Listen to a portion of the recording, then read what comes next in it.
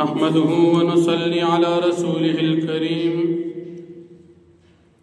أما بعد فأعوذ بالله من الشيطان الرجيم بسم الله الرحمن الرحيم سيقول لك المخلفون من الأعراب شغلتنا أموالنا وأهلنا فاستغفر لنا يقولون بألسنتهم ما ليس في قلوبهم قل فمن يملك لكم من الله شيئا إن أراد بكم ضرا أو أراد بكم نفعا بل كان الله بما تعملون خبيرا صدق الله العظيم. سورة الفتح اجتماع پارا یولسم نمبر آیت تی فمخی رکو کی دا صلح حدیبیه دا شرکاو صفت او مدحا بیان شو. اس پدی رکو کی دا حدیبیه نرستو پاتی کی دن کو مدمت او قباحت بیانی کلچ نبی کریم صلی اللہ علیہ وسلم پشپگم کال ہجرت باندے حدیبیہ تا اتلو عمرے دا پار اتلو نو منافقان شاہ پاتی شو. منافقانو خیال دو چی نبی علیہ السلام بلار شو سرد دغی مسلمانانو کافران بے شہید کی منبت اخلاص شو. کچردی وفات شو شہید شو نو منبت اخلاص شو او کچرینا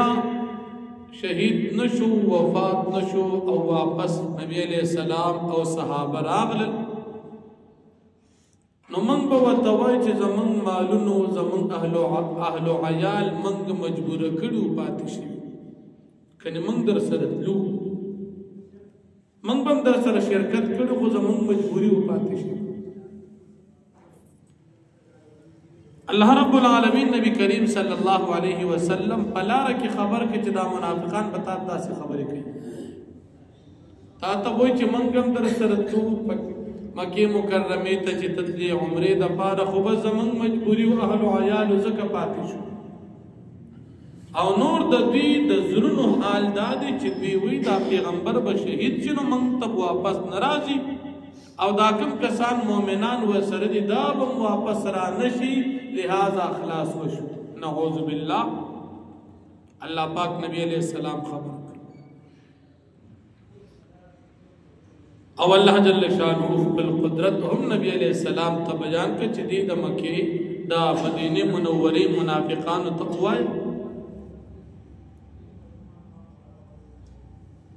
چھ اللہ رب العالمین تاصلہ کم فیدہ در کول غواری یا کم ضرر در رسول غواری دا سے سوچتا چھ اللہ پاک دا ضرر یا دا فیدی نبا تاسو خلاص کی بل دا تاسو کم خبر کوئی ان استاسو خیال خدا دے چھ پدے سوک نپیگی اللہ رب العالمین استاسو پا ہر سا خبردار دے او بیاد دے کافرانو چکم دا منافقانو دا دی نتیجہ اللہ پاک بیان کلا چھ دی دا پارا منگ دا جہنم عذابون تیار کر بیا چکلا اوم کال ہجرت ابتدائی میاشت کی نبی علیہ السلام دا خیبر غزا تدلو چا پاسان باندے فتح کی دا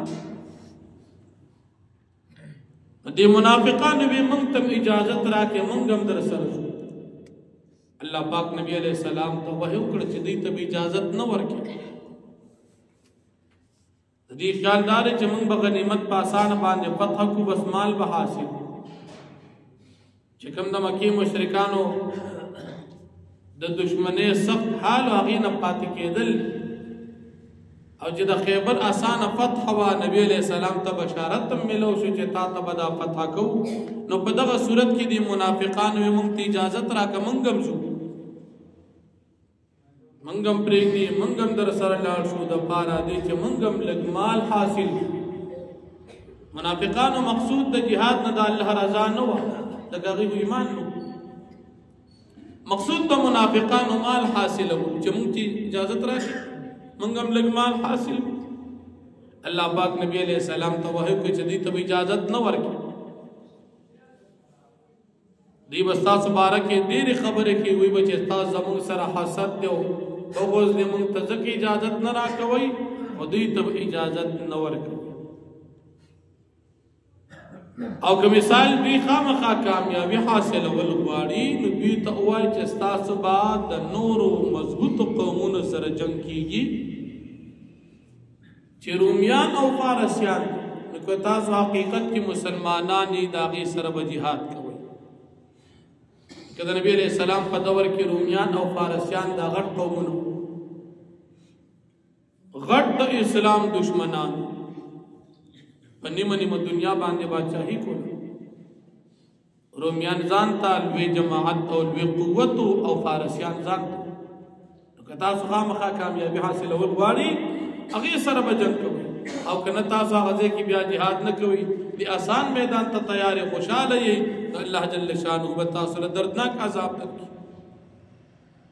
ها کوم کسان نبی علیہ السلام سره جهاد کې شرکت نه کوي هغه کسان چې هغه معذور دي لکه نابینا دي جهاد ته نشي تللی ګوډ دي نشي تللی بیمار دي نشي تللی دوی ته اجازت دی که دی جهاد کې شرکت ونه کړي او نور چې صحیح روغ جوړ دی مسلمان دی په دې به الله او د رسول تابعداري کوي چې کله پیغمبر جهاد ته ځي دی په هیڅ صورت شاته نه پاتې کېږي الله جل شانه فرمایي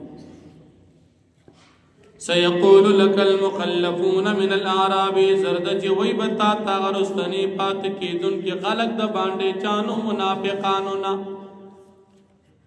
شغلتنا اموالنا واهلنا من مشغول کړو زمون مالونو زمون اهل عجال فاستغفر لنا فاستمن د پاره بغن اوغواړه نبی علیہ السلام جهاد دتو دینت عمره لتو پاږي کې خرچ راځي دینت لل ولې مونږه پاتې شو مونږ د دې وجه پاتې او بخنم را لوړ یقولون دوی بوي بالسنتهم فقبل جب باندې ما غسل سفي قلوب چې نشتر د دوی پزرونو کې فضل کې دا چې نبی عليه السلام مسلمانانو دشمنی ده او بخلی باندې دار چې منګم در سره ته بس مجبوری و پاتې شي نو کار یو وي او دنه کفر دي منافقان دي قلت فرمای فمن يملك لكم من الله شيئا فسوق مالک استاذ دپارا دا اللہ رب العالمین په مقابله کې د سسیز ان اراد بكم ضرا او اراد بكم نفعا کچره ارادو کې الله پاک پتا سو باندې د عذاب یا ارادو کې پتا سو باندې د رحمت نو سوق دي چې تاسو بد دین من کی هیڅوک نشته بل کان الله بما تعملون خبيرا بلکې د الله پاک تاسو په عملونو باندې خبردار بل ظننتم لن ينقلب الرسول بلکې تاسو خیال دو چې واپس به ناراضي پیغمبر والمؤمنون او مؤمنان الى اهلهم خپل اهل عیال تابدن هیڅ کلا تاسو خیال دو چې پیغمبر علیہ السلام لاړ او مسلمانان لاړ واپس به ناراضي وزين ذلك في قلوبكم وخستکړې شو دا خبره تاسو پزرونو کې وظننتم ظن السوء او تاسو ګمان کو دا بد ګمان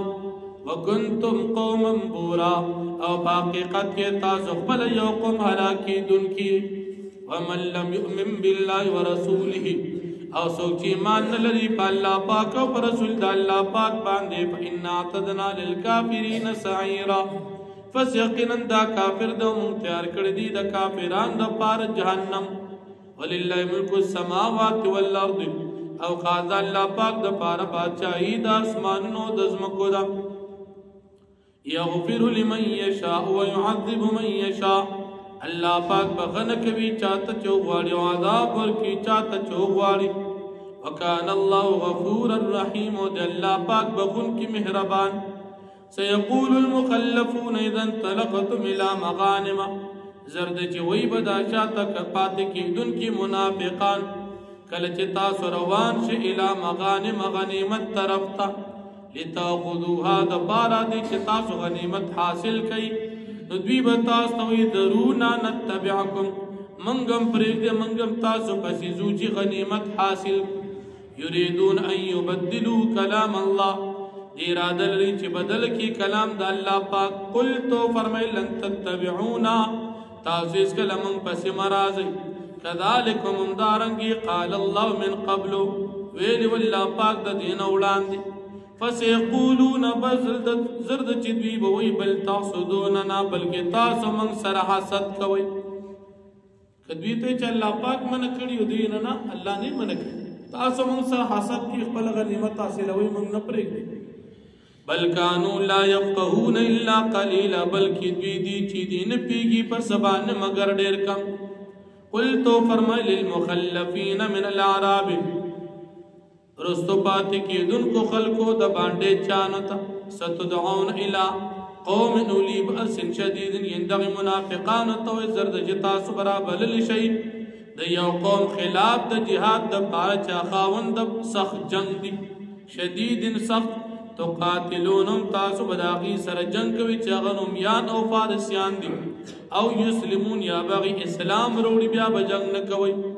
فإن تطيعوا كچريدي استاسو تابعداري وکي يوتكم الله بس کچري تاسو تابعداري وکړه يوتكم الله اجرا حسنا الله پاک به تاسو کی خيستا بدلا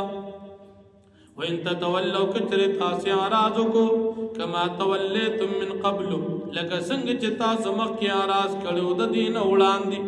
يعذبكم عذابا اليما الله پاک به درکې تاسو عذاب دردناک ليس على الاعمى حرج نشتدی پنا بینا باندې پړون باندې سګنا پپر خودلو د جهاد کی ولا على الارج او نشتدی په ګډ باندې سګنا ولا على المريض حرج او نشتدی په بیمار باندې سګنا داسې بیماران چې جهاد تنشتي نو کدی جهاد تنزي پدی باندې سګنا نشته ومن يطع الله ورسوله چا چې تابعداري وکړه د الله پاک او رسول د الله يدخله جنات تجري من تحتها الانهار الله پاک به داخل کی داسې باغونو ته چې بهيږي بلاند داغي د اونونو نهرونه ومن يتولى يعذب عذابا اليما او چا چې اراض وک الله پاک بدل عذاب ورکی عذاب درناک واخر الحمدلله